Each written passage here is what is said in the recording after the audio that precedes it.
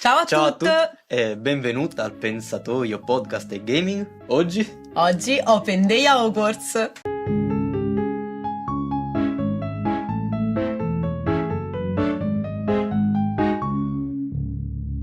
In realtà è un Open Week a Hogwarts. Open Week, sì. La risposta all'indovinello della volta scorsa era le materie di Hogwarts. Sì. E abbiamo scoperto, lo sapevamo, ma il materiale è davvero tanto, così tanto che Abbiamo deciso di approfittare di Pasqua per farvi uno speciale. Quindi da oggi fino al prossimo mercoledì ogni giorno uscirà una puntata dove parleremo di alcune lezioni e esporremo le varie lezioni. Mentre oggi invece parliamo di come impostare un piano di studi. Alla fine di questa settimana penso che saremo tutti in grado di creare il nostro proprio personale piano di studi a Hogwarts. Mhm. Noi faremo il nostro. Certo, voi ovviamente se vi fa piacere fate il vostro, fatecelo sapere, comunicatecelo così che insomma potremo Ma inserirlo nelle storie e ognuno avrà il proprio. Nei commenti qui su Instagram, su Facebook, abbiamo tutte le nostre pagine con i link nel nostro canale. Sì. Va bene. Iniziamo! Cosa fa uno studente di Hogwarts quando arriva alla scuola il primo anno? Deve intanto partecipare a... Smistamento. Vabbè, smistamento. Smistamento e ok, poi... Quello non vi salva nessuno da quello. Abbiamo 8 corsi obbligatori per tutti quanti. Questi 8 corsi sono astronomia, incantesimi, difesa contro le arti oscure, trasfigurazione, erbologia, storia della magia, pozioni e volo. Questi corsi sono tutti obbligatori dal primo al quinto anno, tranne volo. Volo... Volo è obbligatorio Scegli tu. soltanto il primo anno. Giustamente devi almeno capire di cosa si tratta Sì, prima esatto, di decidere di non partecipare. Capire che forma ha una scopa e saperla riconoscere quando la vedi in giro. Ecco, se te la vedi volare vicino, ecco. Va bene, dal secondo anno in poi diventa opzionale.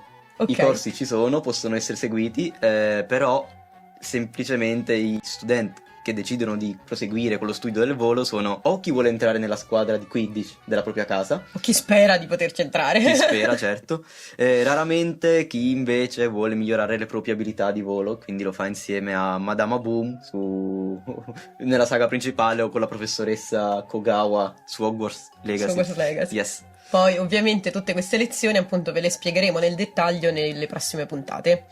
Esatto, non scapperà nessuna. Alla fine di ogni anno tutti questi corsi hanno un esame che in maniera molto orientativa è sempre diviso in una parte teorica e una parte pratica.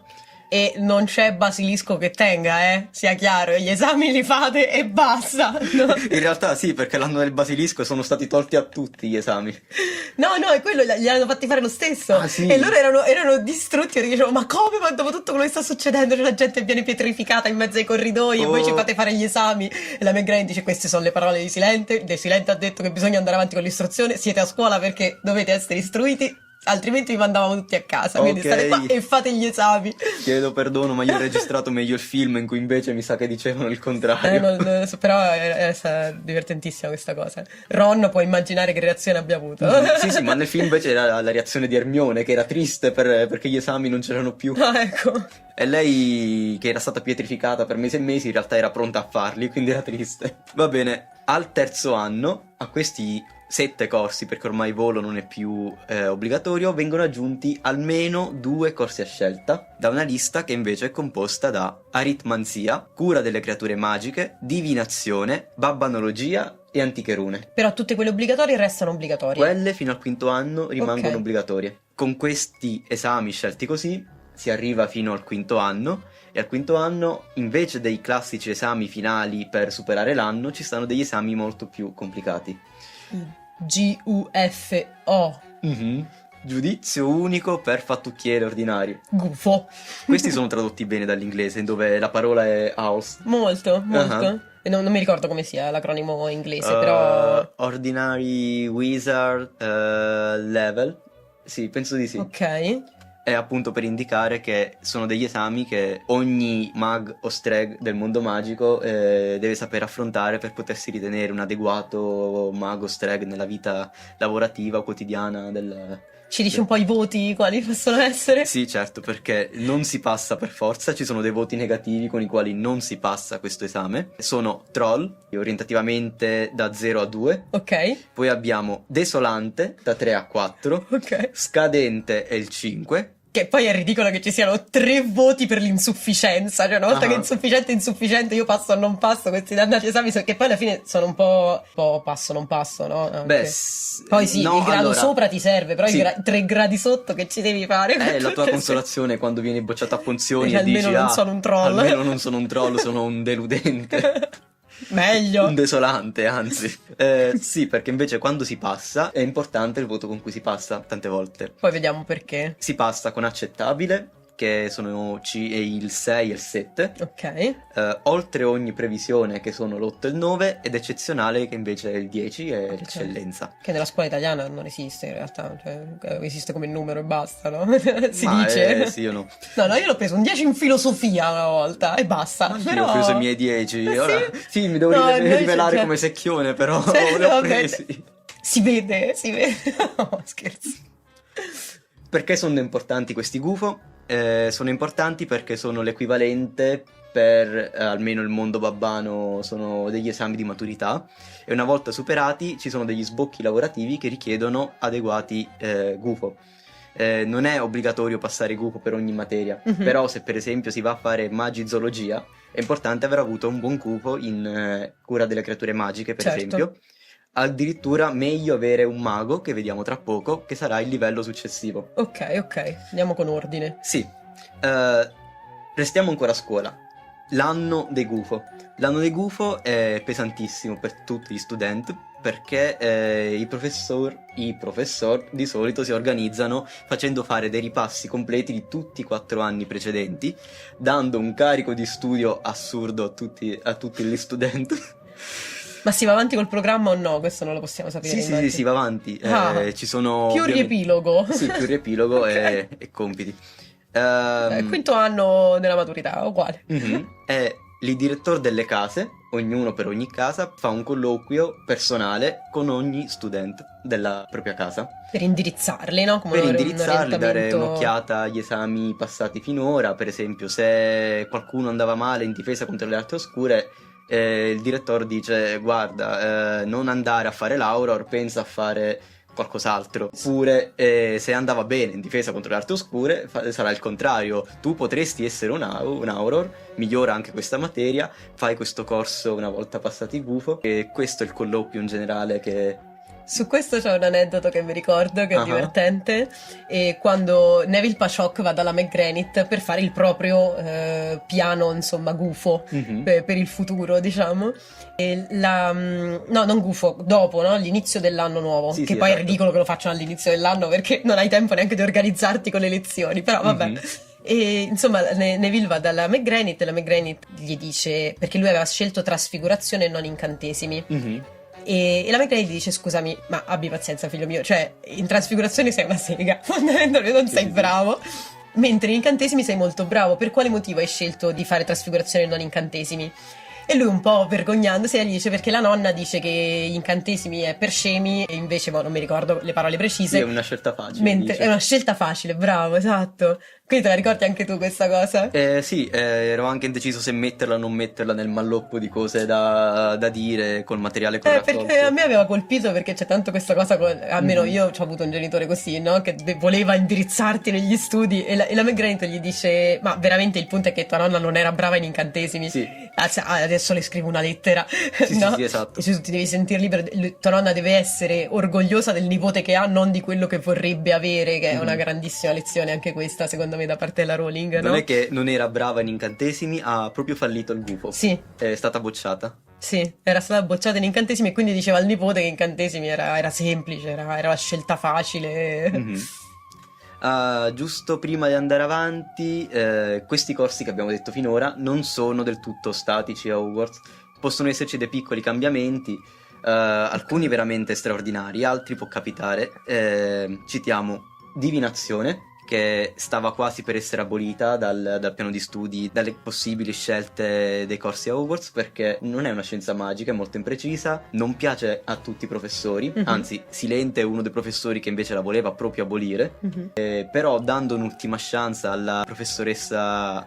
La chance era per divinazione, non per la professoressa Kuman, ma dando un'ultima chance a divinazione, Silente accetta che la professoressa Kuman faccia un colloquio di lavoro, e durante quel colloquio di lavoro, l'abbiamo già detto anche nella precedente puntata, la professoressa Kuman profetizza la nascita di Harry o Neville. Questa è una profezia pericolosa perché viene spiata da Piton, Voldemort ne ha conoscenza, allora Silente, per proteggere la Kuman dalla persecuzione dei Mangiamorte di Voldemort, accetta lei come insegnante per proteggerla vicino a Hogwarts.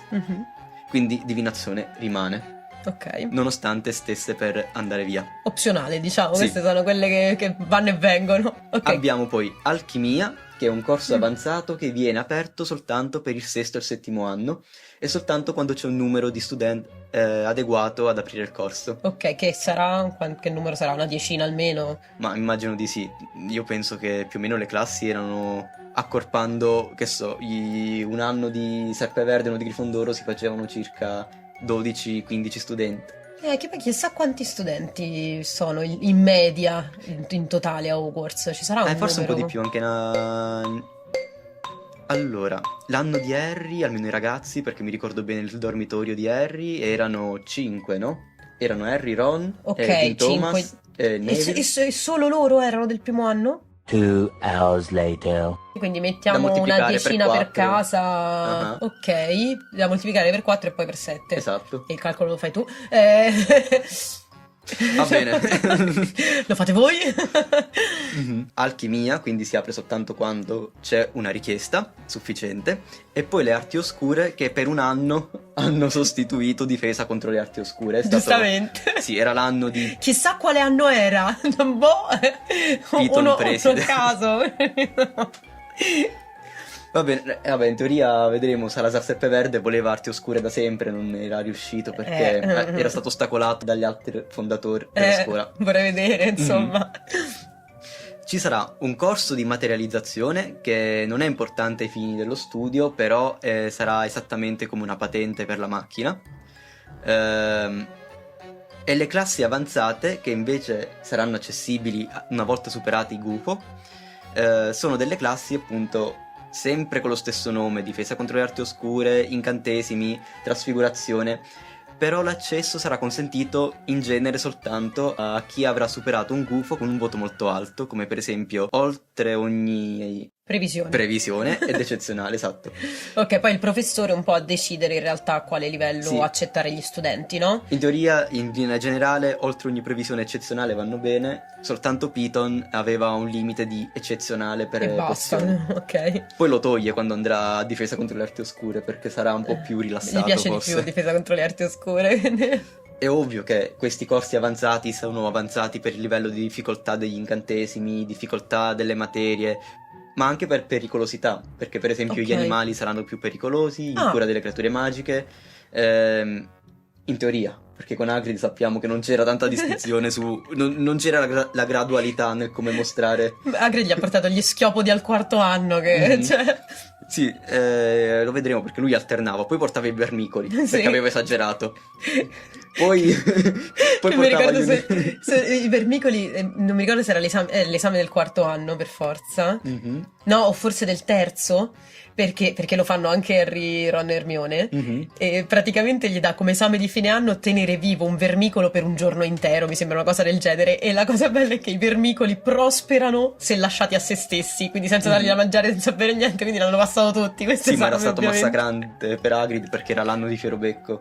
Sì. Mhm. Però poi un anno dopo Goyle, facendo un'intervista per Rita Skeeter, dirà di essere stato morso dai vermicoli quella volta, ma era finto, era una bugia perché i vermicoli non hanno denti. Ecco, facilmente sgamabile come... Mhm. C'è un'altra difficoltà in più per questi corsi avanzati: tutti i professori nei corsi avanzati sono d'accordo nel richiedere gli incantesimi non verbali. Oh, ok. Vedremo meglio che cosa sono, cioè in sostanza sono gli incantesimi, ma vedremo qualche aneddoto su di loro pure. Ok. Passati questi 2 anni c'è un altro esame nella struttura simile ai Mago, però effettivamente Simile ai gufo. ai gufo, esatto. Si chiama mago ed è molto più complicato. E se i gufo erano una sorta di esami di maturità, i mago sono una sorta di laurea. Mago sta per... Magia avanzata grado ottimale. Ok, magia inglese- avanzata grado ottimale. In inglese era Newt, che vuol dire tritone. Mhm. E l'acronimo stava per Nestle. Me lo ripasserò meglio la prossima volta. Ok. I voti sono gli stessi, ma questa volta lavorativamente contano molto di più. Per esempio, ci sono alcuni lavori come quelli di Auror, dove sono richiesti almeno 5 mago, voto superiore a accettabile. Quindi, oltre ogni previsione Ok. eccezionale vanno bene, meno no. Quindi si può prendere un voto buono, passare l'esame da mago, ma quel voto magari non è buono per un lavoro perché si richiede qualcosa di più. Ok. Questa è già sufficiente come struttura per creare il vostro piano di studi, però nelle prossime puntate vedremo... Andiamo a approfondire tutte le lezioni, quindi vi spieghiamo di preciso di cosa tratta ogni lezione e poi magari anche ci aggiungiamo qualche aneddoto dalla saga di Harry Potter. Mhm. Ok, e quindi la storia dal del vostro- pensatoio è tutto. Hasta la vista! Hasta la vista.